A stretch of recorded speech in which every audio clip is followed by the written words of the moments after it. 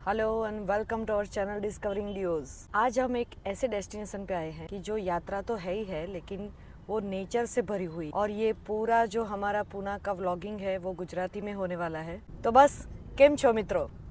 અમે પૂનાથી પૂના આવી ગયા છે અને બસ હવે ટેક્સીમાં બેસી ગયા છે અને જઈ રહ્યા છે અષ્ટવિનાયક. અષ્ટવિનાયક એટલે કે સમજવા માટે જેમ કે આપણા 12 જ્યોતિર્લિંગ છે, એ 12 જ્યોતિર્લિંગ સ્વયંભૂ છે, એવી જ રીતે આ અષ્ટવિનાયક છે જે 8 જુદા જુદા પૂનાની આસપાસ ગામમાં આવેલા છે જે સ્વયંભૂ છે. તો અહીંયા જે ગણપતિની યાત્રા છે એ ખૂબ જ પવિત્ર માનવામાં આવે છે અને આજે અમે એ શરૂ કરીશું. ટોટલ જે 8 અલગ અલગ ગામમાં કિલોમીટર વાઇઝ જોવા જઈએ લગભગ 650 થી 700 કિલોમીટર અને એ ટ્રાવેલ માટે લગભગ મિનિમમ તમને 2 દિવસ તો જોઈએ જ. તો વિડીયોમાં એન્ડ સુધી બનેલા રહેજો. અષ્ટવિનાયક માટે સૌથી પહેલા ગણપતિ મોરગાંવ જઈ રહ્યા છે.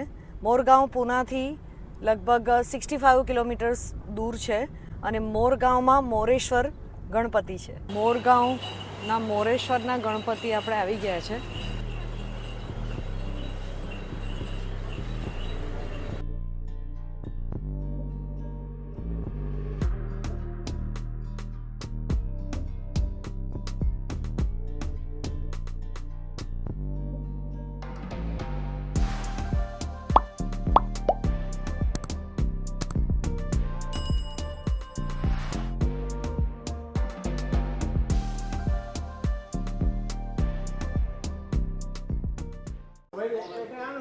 અહીંયા પ્રસાદ મળે છે, તમે લઈ શકો છો. આંબા મોદક, સિંગદાણા લાડુ અને બુંદીના લાડુ. ટોટલ અહીંયા અષ્ટવિનાયકનો નકશો આપેલો છે. અંદર ફોટોગ્રાફી અલાઉડ નથી, તો આપણે બહારથી જ દર્શન કરીશું.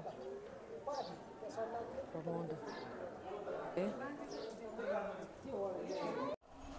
ઠંડા પાણીની વ્યવસ્થા પણ છે.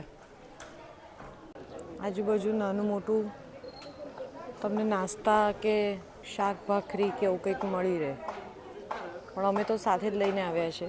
જો અહીંયા સામે જ છે શ્રી ડાઇનિંગ હોલ, ભક્ત નિવાસ.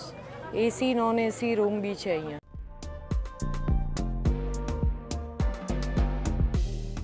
મોરેશ્વરથી આવ્યા સિદ્ધટેક વિનાયક કે જે અગેન 65 કિલોમીટર્સ પર જ છે. લગભગ અમને 1.25 કલાક થયો.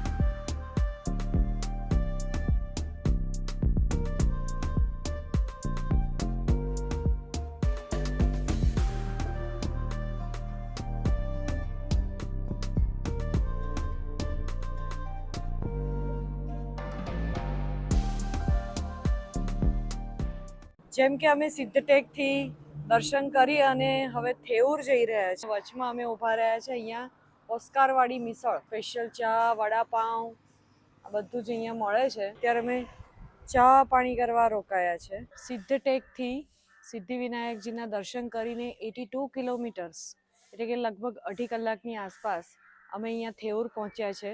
થેઉરમાં છે શ્રી ચિંતામણી ગણપતિજીના દર્શન કરવા માટે. સિદ્ધટેકના દર્શન કરી વચ્ચે ચા પાણીનો બ્રેક લઈને અમે થેઉર આવી પહોંચ્યા છીએ. થેઉરમાં ચિંતામણીના દર્શન કરવા માટે આવ્યા છે. તો ચાલો તમને ઝડપથી અમે મંદિરના પરિસરમાં લઈ જઈએ. જો આટલી બધી લાઈનો કરી છે. જ્યારે ગણેશ ચતુર્થી અથવા ગણેશ જયંતિ આવે ત્યારે દરેક જગ્યાએ ખૂબ ભીડ થાય છે, પણ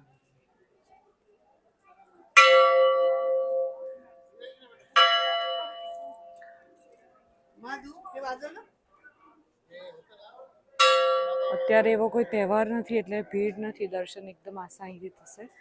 અંદર ફોટોગ્રાફી અલાઉડ નથી.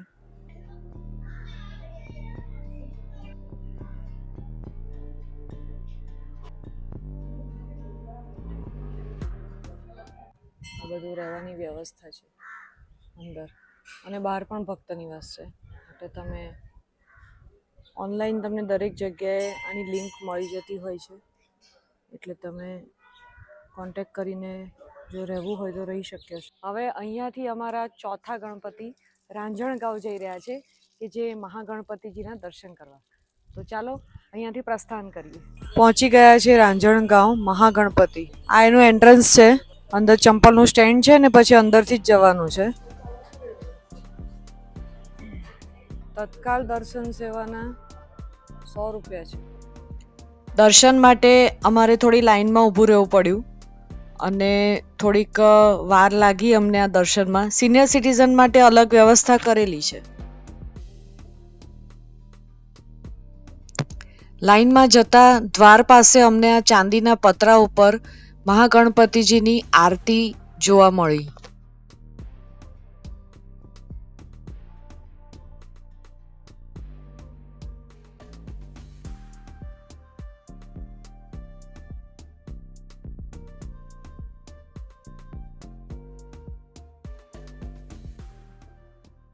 અમે લોકો અહીંયાથી હવે જઈશું ઓઝર અને ઓઝરમાં અમે સ્ટે કરવાના.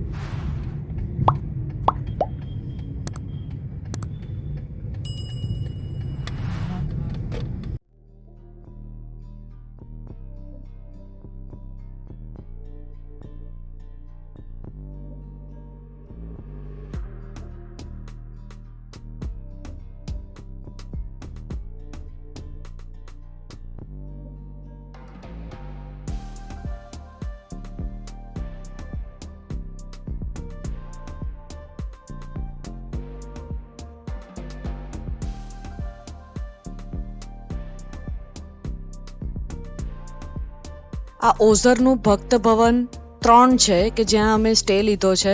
રાતે અમે અહીંયા પહોંચેલા મોડા અને દર્શન કરીને સ્ટે કર્યો. આનો ડિટેલમાં વિડીયો જોવો હોય તો દરેક ગણપતિના અને ઓઝર સ્ટેના અમે અલગથી અષ્ટવિનાયકના પ્લેલિસ્ટમાં બનાવ્યું છે, તો તમે જોઈ શકો છો. તો અહીંયા એ ડિટેલમાં નથી જતા. જો ત્યાંથી તમને સ્ટેર્સ દેખાય છે, સો એક એડવેન્ચર પણ કહી શકાય. તો સ્ટેર્સ ચડી અને અમે નજીક છીએ એકદમ, અને ત્યાં લગભગ 300 થી 350 પગથિયા છે અને અમે ત્યાં ચડવાના છે. અને તમે જો ચોમાસામાં આવો ને તો બહુ જ સરસ ગ્રીનરી તમને લાગે. મસ્ટ વિઝિટ પ્લેસ છે. જે જગ્યાએ પાર્કિંગ છે ત્યાં લગભગ 30-40 થી આસપાસ રૂપિયાનું પાર્કિંગ ચાર્જ લે છે. જો અહીંયા લખેલું જ છે. ચડવાનું સ્ટાર્ટ કરી રહ્યા છે. શરૂઆતમાં તમને આ બધી જગ્યાએ રસ્તામાં પ્રસાદ,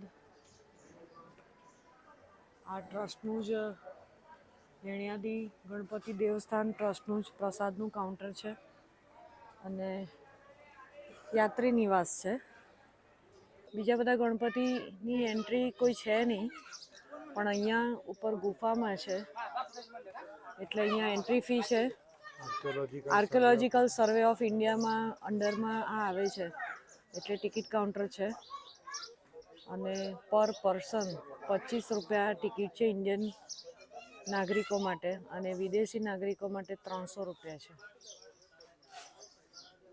જે લોકો યાત્રા કરતા હોય અને ચડી ના શકતા હોય ઉપર, એની માટે ડોલીની વ્યવસ્થા છે. ફિક્સ રેટ લખેલા છે 1000 રૂપિયા.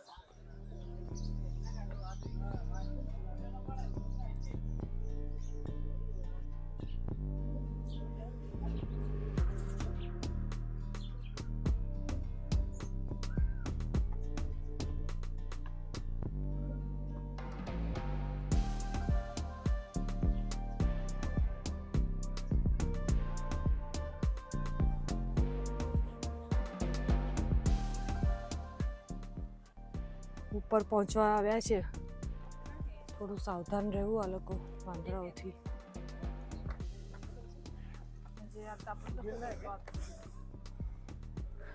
જો આ પાણી પડવાના નિશાન છે એટલે તમે જો ચોમાસામાં આવો તો બહુ જ સરસ લાગતું હશે. બધા પાણી પડવાના નિશાન છે.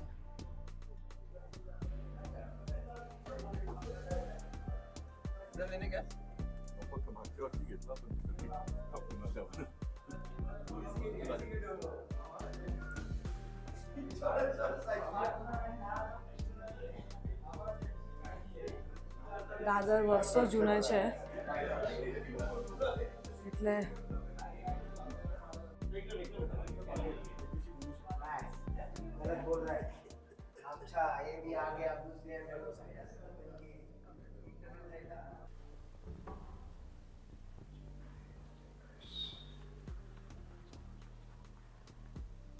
જૂના ટાઈમમાં મહારાજાઓ આ રીતે પૂજા અર્ચના કરતા. ધીરે ધીરે દરેક દિવાલો પર આ રીતે કર્યું છે, પણ સમયની થપાટે બધું નાશ પામતું ગયું છે. પણ અહીંયા તમે ધ્યાનથી જોઈ શકો છો, અહીંયા શિવલિંગ છે. શિવલિંગની પૂજા કરતા રાજા. અહીંયા ઉપરથી જ્યાં શિવાજી મહારાજનો જન્મ થયો હતો, શિવનેરી કિલ્લા એ દેખાય છે. અને કહેવાય છે કે જ્યારે મુગલોએ આક્રમણ કર્યું અને બીજા રાજાઓએ, ત્યારે મરાઠા રાજ્યમાં બધા કિલ્લાઓ એકસાથે તોડી નાખ્યા કે જેથી એ લોકો ફરીથી ઉઠી ન શકે, અને એની તોપને બધાને નુકસાન પહોંચાડ્યું. પણ આ શિવનેરી કિલ્લામાં ત્યાં આખું સ્ટ્રક્ચર એ ત્યાં નુકસાન ન પહોંચાડી શક્યા, અને ત્યાં શિવાજી મહારાજનો જન્મ થયો હતો. મસ્ત દર્શન થઈ ગયા.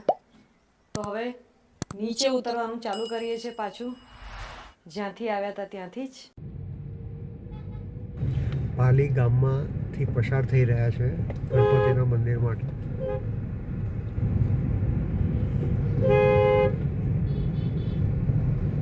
સાતમા ગણપતિ પાલીમાં શ્રી બલ્લારેશ્વર ગણપતિના દર્શન કરવા પહોંચી ગયા છે.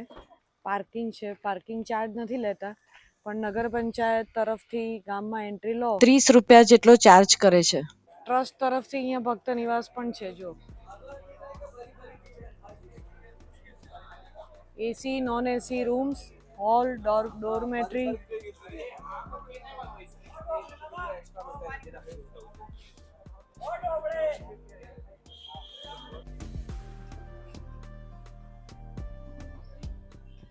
આ બાજુથી પણ એન્ટ્રી છે. અમે પાછળથી આવેલા છે. સુલભ શૌચાલયની વ્યવસ્થા થોડે અંતરે સારી કરી છે. શ્રી બલ્લારેશ્વર મંદિરમાં અંદર જવાનું છે. બસ હવે એન્ટ્રી લઈ રહ્યા છે એના કોમ્પ્લેક્સમાં. ચંપલ સ્ટેન્ડમાં સ્ટેન્ડ રાખી અને આ તરફ અંદર જવાનું છે.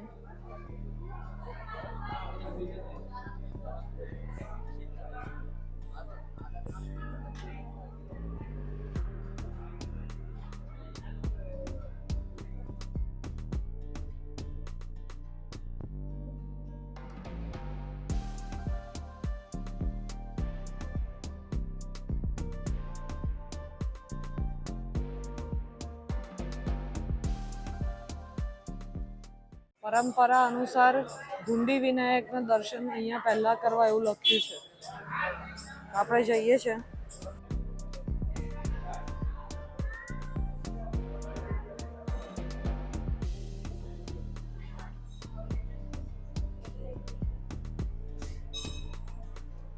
સભા મંડપ છે, જો ત્યાં દર્શન બતાડું તમને.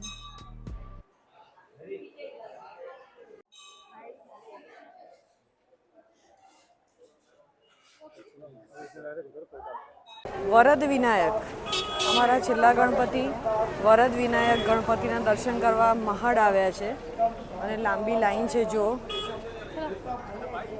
પાછા અમે લાઈનમાં ઊભા રહીશું. ઓ બાપરે, બહુ લાંબી લાઈન છે.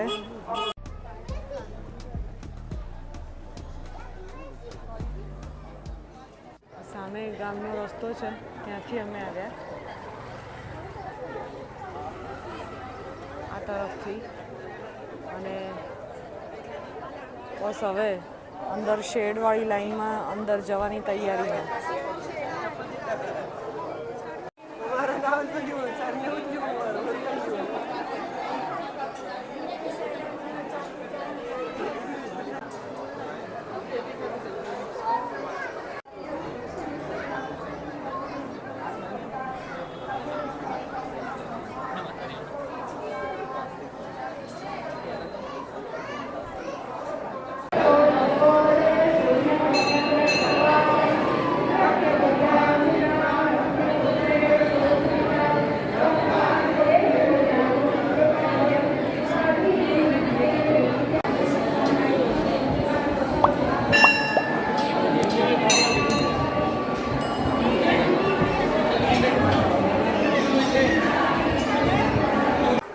દર્શન કરીને આવી ગયા બહાર. અહીંયાથી બધા નીકળે છે અને હવે પાછળ શ્રી દત્ત મંદિર છે, આ તરફ વોશરૂમ છે અને નવગ્રહનું મંદિર છે તે જોઈ રહ્યા છે. પાણીની વ્યવસ્થા છે અને સામે દત્ત મંદિર છે. સૌથી અમારા છેલ્લા હતા પણ દર્શન બહુ જ સરસ અને તમને દરેકને ગણપતિજીની જે વરદ વિનાયક છે નામ, ઈચ્છાપૂર્તિ વરદ વિનાયક, એને તમને ટચ કરવા દેશે કે જે અત્યાર સુધીના કોઈ પણ ગણપતિમાં નહોતું. તો આમ અમારા 8 ગણપતિ અષ્ટવિનાયક 2 દિવસમાં કઈ રીતે કમ્પ્લીટ અમે કર્યા એનો તમે આખો વિડીયો જોયો. વિડીયો કેવો લાગ્યો એ કમેન્ટ બોક્સમાં ચોક્કસથી જણાવજો. ડિટેલમાં જો બધા ગણપતિના વિડીયો જોવા હોય તો આમ અમારા 8 ગણપતિ અષ્ટવિનાયક 2 દિવસમાં કઈ રીતે કમ્પ્લીટ અમે કર્યા એનો તમે આખો વિડીયો જોયો. વિડીયો કેવો લાગ્યો એ કમેન્ટ બોક્સમાં ચોક્કસથી જણાવજો. ડિટેલમાં જો બધા ગણપતિના વિડીયો જોવા હોય તો અમે અલગથી દરેક ઉપર બનાવેલા છે, તો એ પણ જરૂરથી જોજો. તો ચાલો ફરી મળીએ એક નવા વિડીયોમાં. તો ત્યાં સુધી ઘૂમો ફિરો, ખાઓ પીઓ और मस्त रहो and don't forget to keep watching with Discovering Duos.